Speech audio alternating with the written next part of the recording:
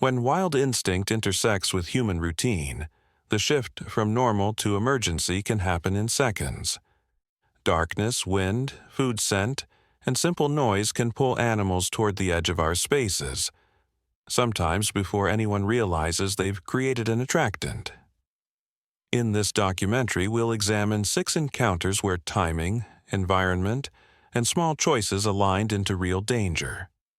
Each story is told clearly, responsibly, and fully concluded, because the value isn't shock. It's what these moments reveal and what they teach. Kalaallit Nunaat, Western Greenland, September 28, 2024. The settlement of Kasijangit sat on a low, rocky shoreline where the sea ice arrived late and left early. On paper, it was connected to larger towns by boat and air. In reality, when weather shut the water down, the place became a small island of lights facing a vast, indifferent coast. That night, the wind came from the north at a steady 35 kilometers per hour, pushing drizzle sideways and flattening the surface of the fjord into dark ripples. The temperature hovered around 2 degrees Celsius, cold enough to numb hands, warm enough to keep the shoreline free of ice. Visibility dropped in pulses as fog drifted in and out, swallowing the breakwater and returning it in fragments. At 9:40 p.m., Naja Peterson, 33, was finishing a routine job at a fish processing shed near the docks. She managed logistics, shipping labels, freezer inventory, and cleaning schedules. Work that looked ordinary until you remembered the smell: brine, bloodwater, diesel, and the persistent sweetness of fish trimmings that clung to everything.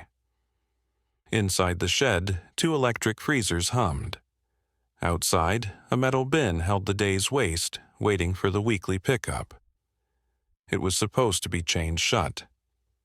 That afternoon, a driver had left it unlatched after a hurried unload. No one noticed because no one expected trouble on a wet September night. A polar bear did not approach the settlement because it was curious. It approached because it was hungry, and because the normal patterns had been disrupted.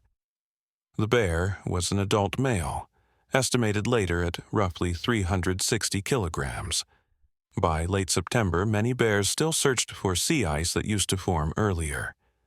With the ice delayed, they ranged farther along the coast, following scent like a map. The trigger was invisible and simple. Fish waste carried on wind. The smell drifted across the shoreline, a beacon moving through fog. At 9:52 p.m., Naja stepped outside to lock the shed's outer door. The yard lights were weak and yellow, reflecting off wet gravel. She heard a scrape, metal against metal, then a low huff that didn't belong to wind or machinery. When she turned, the bear was already within 18 meters, head low, moving with the steady confidence of an animal that has decided the route is worth the risk. For 2 seconds, she did nothing. Training and instinct collided. Running across slick gravel toward the main road meant slipping. Staying meant proximity. Her radio was inside. Her phone was in a back pocket beneath a rain jacket. The bear accelerated. Not a sprint yet, but a fast, purposeful walk that closed distance too quickly for comfort. Naja backed toward the shed door and yanked it open. Her boots skidded. She stumbled inside, slammed the door, and threw her body weight into the handle as the bear's shoulder hit the metal with a blunt, resonant thud. The entire frame vibrated. A second impact followed, heavier, as if the animal had tested the weakness and committed. Inside, the air smelled of bleach and fish oil. Naja's hands shook so badly she missed the lock on her first attempt. The bear's claws dragged down the door in a slow, grinding sweep that left bright lines through paint. She heard its breathing through the seam, heard it reposition, heard a short bellow, more frustration than rage. She grabbed a steel mop handle and struck the inside of the door twice, hard, producing a sharp metallic ring. Then she hit the freezer casing, louder. a chaotic sound meant to suggest unpredictable resistance. For nearly 4 minutes, the bear remained at the entrance. It pushed again, it circled. It returned to the waste bin and tipped it, spilling a slick mix of trimmings and packaging onto the gravel.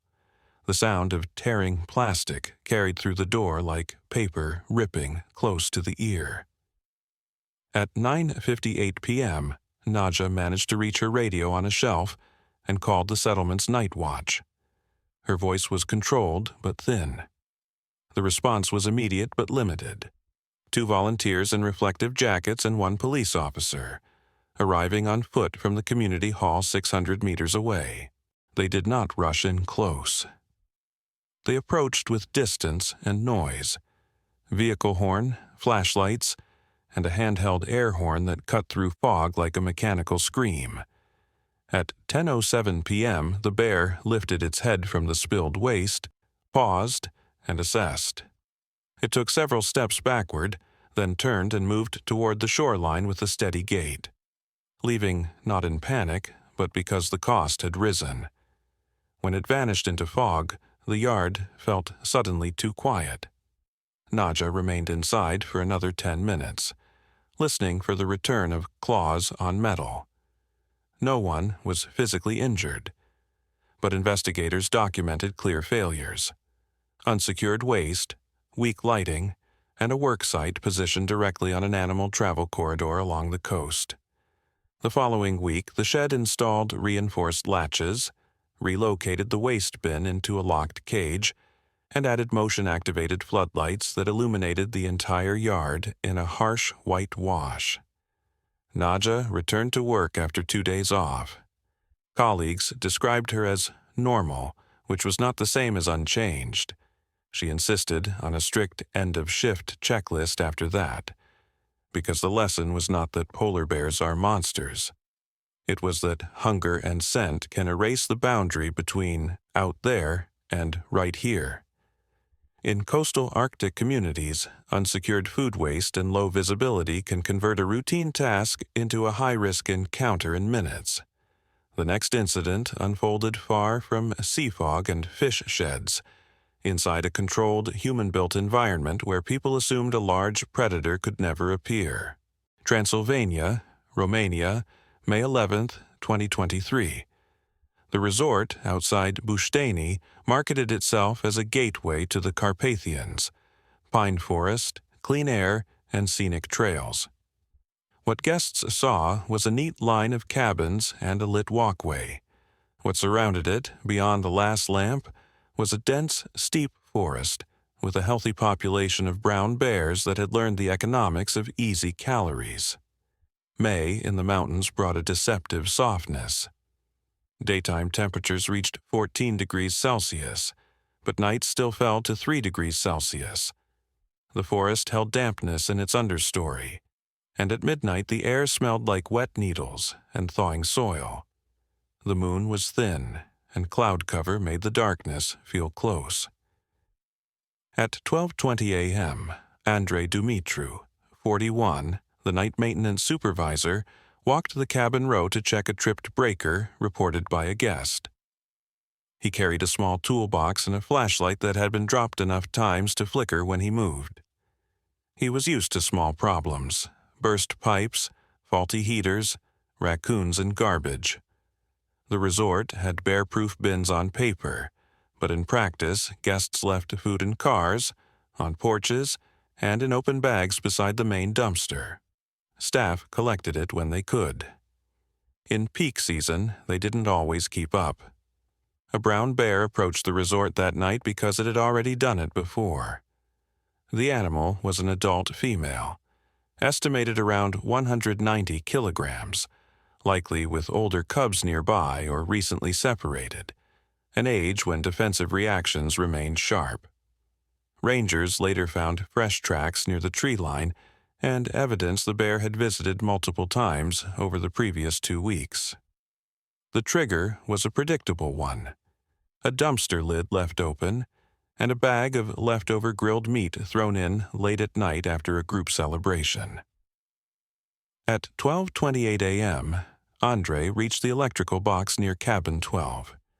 The box was mounted to a wooden post. Behind it, the walkway dropped into a shallow ravine.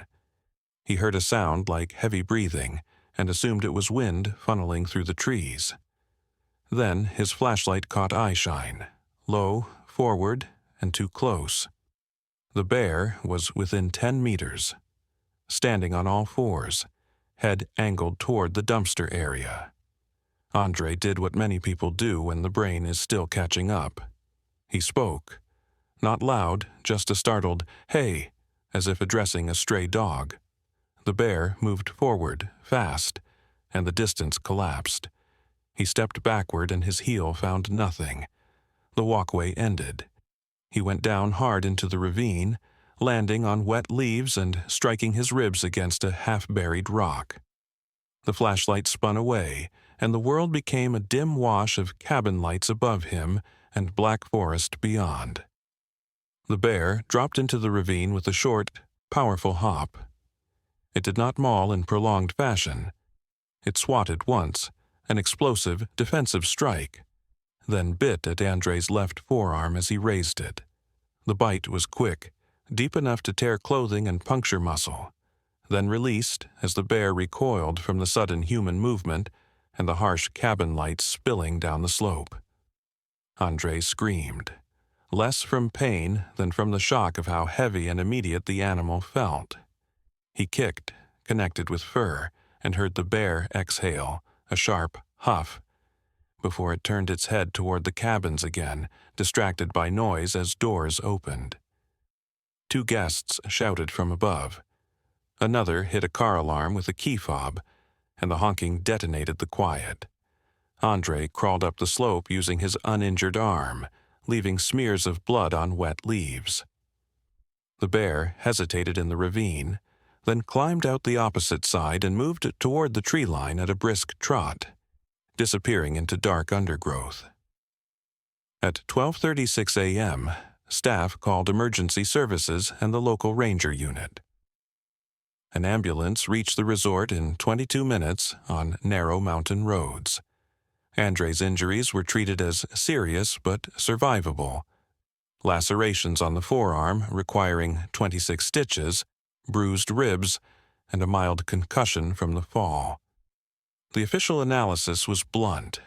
The bear was behaving like an animal conditioned to human garbage, and the resort was contributing to that conditioning. Rangers fined the property for repeated waste violations documented earlier in the season. Over the next month, the resort installed locking dumpsters with reinforced lids, added warning signage in multiple languages, and required staff to conduct a nightly attractant sweep of porches and parking areas. Andre returned after 3 weeks, his arm still stiff. He avoided the ravine area for the rest of the season. He later told a coworker the worst part wasn't the bite. It was realizing how fast a familiar walkway could turn into a trap when light, footing, and an animal's expectation aligned. In bear country, habituation to garbage turns rare encounters into predictable repeats, especially around lodging where food is constant. The next story didn't happen at night in a forest resort. It happened in bright afternoon sun, where open space can create a false sense of safety. Kananaskis Country, Alberta, Canada, August 19, 2021. The trail followed a river valley cut between spruce-covered slopes. In late summer, the air carried a thick smell of sap and dust, and the river ran loud enough to mask footsteps. The temperature reached 23 degrees Celsius, warm by mountain standards, and the day was crowded with hikers trying to use every hour of daylight. At 3:05 p.m., 2 friends, Maya Chen, 27, and Elise Rowe, 29, started a return hike from a lake viewpoint.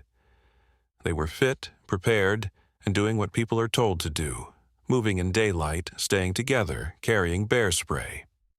Their vulnerability wasn't recklessness. It was a common, subtle error.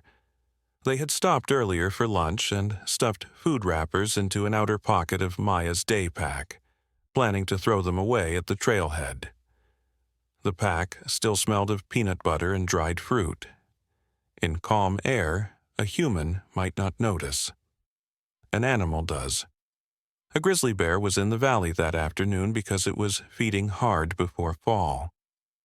Rangers later estimated the bear at around 230 kilograms, an adult male, lean and efficient.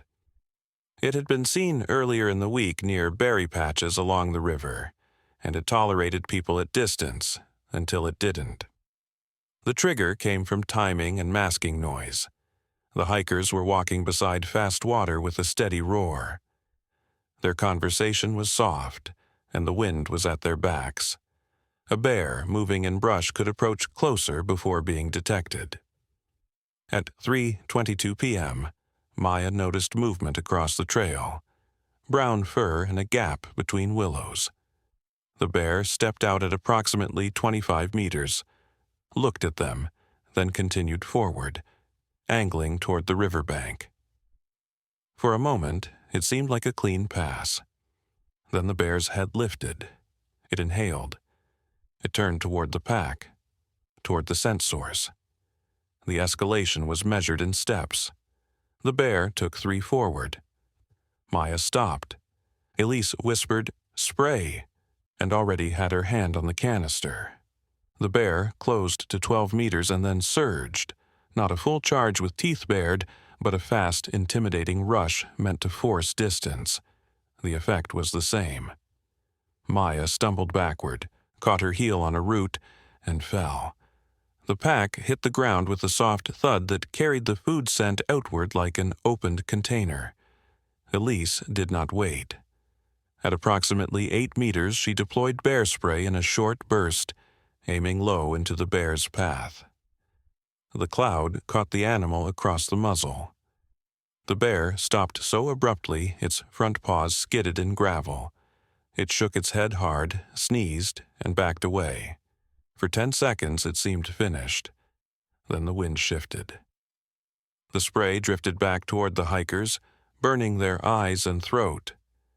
Elise coughed, disoriented, and Maya struggled to stand, half blind, trying to keep the pack between them and the bear. The bear turned and paced in a semicircle, unsure whether to re-engage or retreat. It huffed, slapped the ground once, and made a low, vibrating sound in its chest that was not a roar, but a warning. Maya and Elise backed away slowly without turning, stepping toward a wider clearing they had passed 40 meters behind. They spoke loudly, steady, trying to project control even as their eyes watered. At 3:24 p.m., the bear broke the standoff. It turned sharply, moved into the willows, and vanished. The entire encounter from first sight to retreat lasted roughly 2 minutes.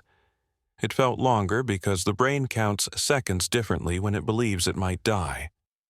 They reached the trailhead 35 minutes later and reported the incident.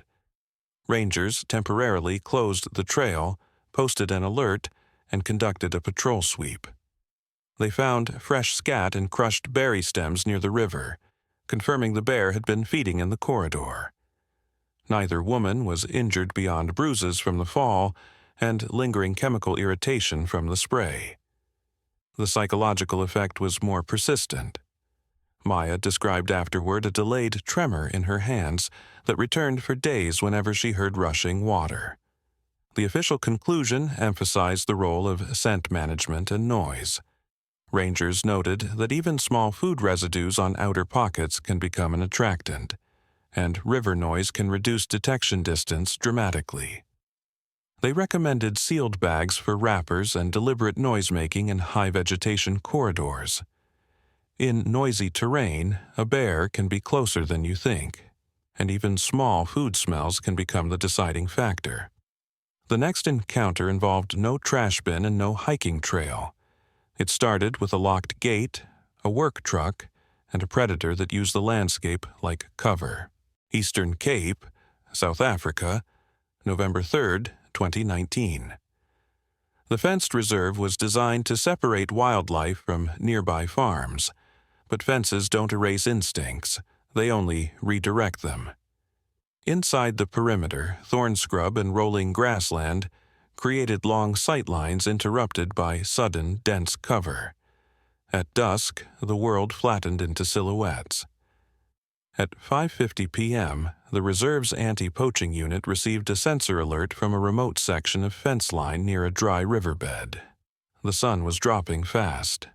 The temperature was still 29 degrees Celsius, but a coastal wind carried dust and the sharp smell of crushed vegetation. Sibusiso Mathembu, 38, a senior ranger, drove out with a trainee, Kira Van Wyck, 24, in a diesel pickup. Their job was procedural. Check the fence, reset the sensor, document any breach. It was not supposed to be dramatic. The vulnerability detail was simple. They parked with the engine off to listen for wire movement. In the quiet, the bush came alive. Distant insects, a bird alarm call, the soft tick of cooling metal from the truck. A lioness was in that drainage that evening because it was a hunting corridor. Rangers later estimated her at roughly 140 kilograms, likely part of a small pride that had been seen in the area. November was a time of high activity. Prey animals moved toward remaining water sources, and predators followed routes where cover met open ground. The trigger was not food smell. It was sound and opportunity. The truck doors closed. The two humans stepped away from the vehicle and moved toward the fence line, focusing on wires and tools, backs partially turned to scrub. At 6:03 p.m., Kira noticed the first sign, a low, steady stare from inside a bush line 30 meters away. At first, she thought it was a rock. Then the rock blinked. She froze. Sibusiso followed her gaze and saw the lioness's head rise slightly, shoulders hidden. The distance was close, but not yet a strike. The lioness was assessing. Sibusiso raised his arms and spoke loudly, deep and steady. He did not run. He moved sideways toward the truck, keeping the animal in view, signaling to Kira to do the same. The lioness advanced anyway, slow at first, then faster, low to the ground. Not a charge across open ground, but a forward creep that compressed space. At roughly 15 meters, Sibusiso activated his handheld siren, a device designed to disorient and discourage. The sound was harsh, metallic, and unnatural. The lioness paused, head tilted, ears shifting, then resumed movement with irritation rather than fear. The escalation happened at 8 meters. The lioness lunged in a short burst, aimed not at a full tackle, but at forcing them away from the fence line and into confusion.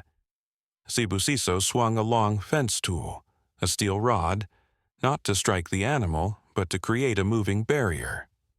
The lioness's paw caught the rod, batting it aside with a heavy swat, and her body collided into Sibusiso's thigh, knocking him down. Kira did not scream. She moved. She hit the truck's panic alarm and threw the driver's door open, climbing inside and slamming her palm on the horn repeatedly. The horn's blast rolled across the drainage. Sibusiso rolled onto his back, brought his boots up, and kept the lioness at distance by kicking toward her shoulder whenever she stepped in. The lioness snapped once, teeth flashing, then recoiled at the horn and the sudden movement of the truck's lights. Kira had turned the ignition, flooding the area with headlights that turned bush into stark shadow. The lioness backed away 2 steps, then 3, then pivoted and ran into scrub, vanishing with the silence of an animal built for it. At 6:06 p.m., the encounter ended. 3 minutes, a compressed lifetime. Sibusiso had bruising and a strained hip. No puncture wounds. He was evaluated at the reserve clinic and returned to light duty for 2 weeks. Kira was physically unharmed, but later admitted she could not stop replaying the moment Sibusiso went down. Her brain convinced the outcome should have been worse.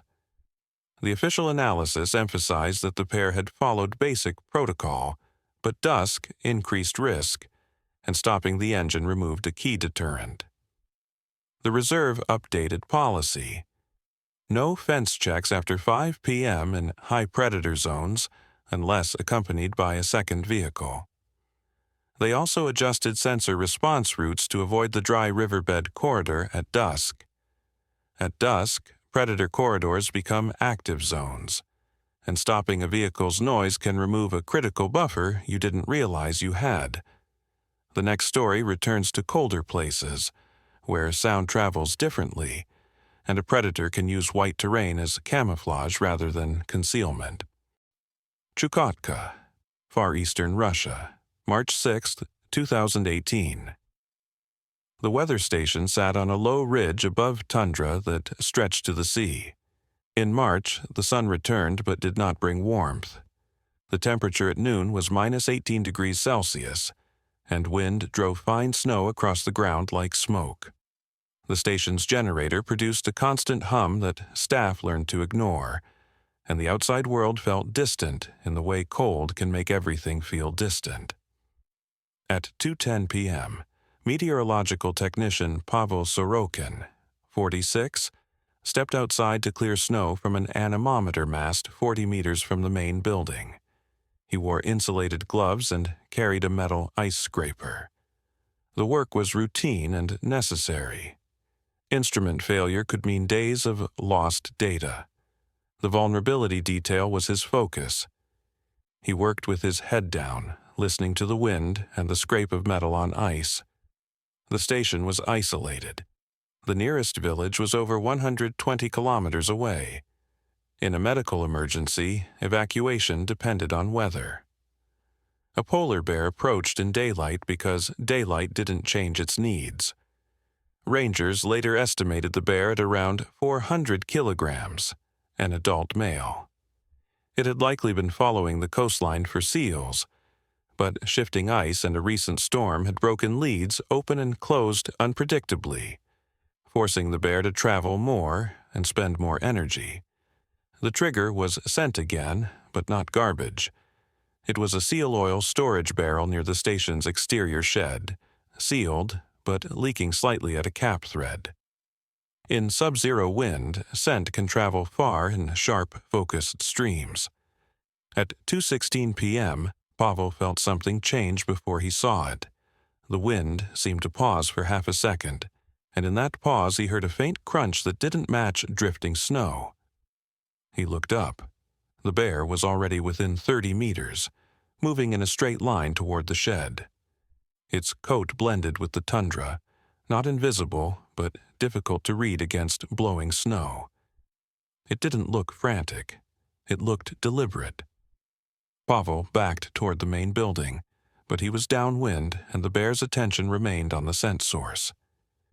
He shouted anyway, loud, steady, and began moving sideways, not running, trying to keep distance without becoming prey-like movement.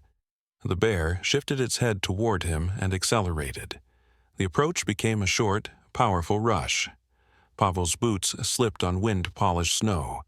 He caught himself, regained footing, and reached the station's exterior door, locked as protocol demanded in polar bear country. His key ring was inside his jacket. His gloves were thick. Cold punished fine motor skills. The bear closed to 8 meters. Pavel ripped his glove off with his teeth, fumbled the keys and jammed one into the lock. The bear struck the shed first, swatting at the seal oil barrel with enough force to dent metal, then pivoted toward the Pavel as the door finally gave and swung inward. He fell inside and slammed it shut. The bear hit the door a second later with its full weight. The frame held, but the impact sent a shock through the building that staff inside felt through their feet. Inside, 2 colleagues reacted instantly. One grabbed a flare launcher kept for wildlife deterrence. Another turned on the exterior floodlights. At 2:18 p.m., they fired a flare through a small side window toward the snowfield beside the door, not at the bear, but into its space. The flare hissed and spat bright light onto the tundra. The bear recoiled, then circled, its head turning between the flare and the oil barrel. It tested the door once more with a paw, then moved back to the shed and tore at the barrel's cap area, consuming spilled oil and licking the metal. For 7 minutes, the bear remained outside, alternating between feeding and watching the building. Then the flare burned down. The wind carried its smoke away. The bear, apparently satisfied enough to reduce urgency, turned and walked toward the coastline, shrinking into drifting snow until it was only a moving white shape, then nothing. Pavel suffered no wounds, but his bare hand had been exposed to -18 degrees Celsius wind long enough to cause mild frost injury to 2 fingertips. He was treated on site and monitored for sensation return over the next week. The official investigation identified the oil barrel leak as the core attractant, compounded by the mastwork drawing a technician outside at the wrong time. The station replaced all caps, built a secondary containment box, and changed outside work procedures. 2-person rule, deterrent equipment carried outside, door kept on quick release lock when personnel were on the yard line. Pavel continued his job. He was competent before, but afterward he became strict about small maintenance details, because he had felt in real time how the smallest leak could become a signal broadcast across tundra. In extreme cold, even minor scent leaks can draw polar bears into human infrastructure, and isolation makes every mistake heavier. The final story takes place in a different kind of isolation, one created not by distance, but by terrain and delay, where help exists but cannot arrive quickly enough. Sagarmatha Region, Nepal, October 22, 2022. The trekking route climbed through rhododendron forest into rock and thin air. Villages appeared like clusters of stone and tin balanced on slopes. At 3,400 meters, the air was cold and dry, and dusk arrived abruptly behind ridgelines.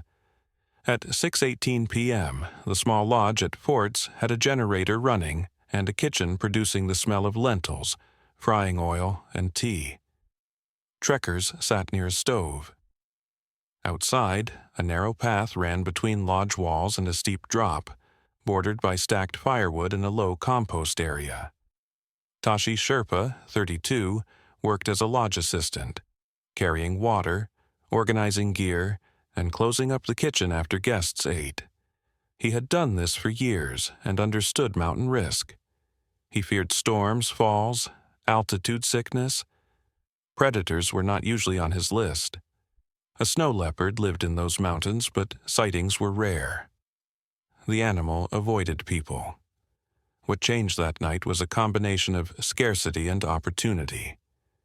Rangers later believed the cat was a young adult male, likely around 35 to 45 kilograms, forced lower by reduced prey movement and early-season cold at higher elevations. The trigger was subtle. Meat scraps stored briefly in an uncovered pot outside the kitchen door, cooling before disposal. In cold air, scent can hang close to the ground and move along stone walls like a corridor. At 6:31 p.m., Tashi stepped out to bring the pot to a sealed bin. The path was dim, lit by one bulb over the door. The generator's hum masked small sounds. A thin wind carried cooking smell outward. He saw movement at the edge of the light, low, gray, almost the same color as stone. The animal was already close, within 7 meters because it had approached along the wall where shadow was deepest. In that moment, the snow leopard did not behave like a stalking cat on open ground. It behaved like a cornered animal that had committed to a food source and was suddenly surprised. Its body tensed and it sprang forward, fast, silent, and shockingly powerful for its size. The impact knocked the pot from Tashi's hands. It clanged down the path and rolled, spilling scraps. The cat's claws caught Tashi's jacket at the hip as it landed, not a prolonged attack, but a rapid strike that left 3 deep scratches and a brief bite on the outer thigh before it recoiled. Tashi shouted, one sharp cry, and swung his arm downward, not to hit the animal's head, but to create motion in space. His voice drew a second lodge worker to the door. The worker turned on a brighter exterior lamp, flooding the path with harsh light. The snow leopard stepped back, tail low, eyes fixed. It did not flee immediately.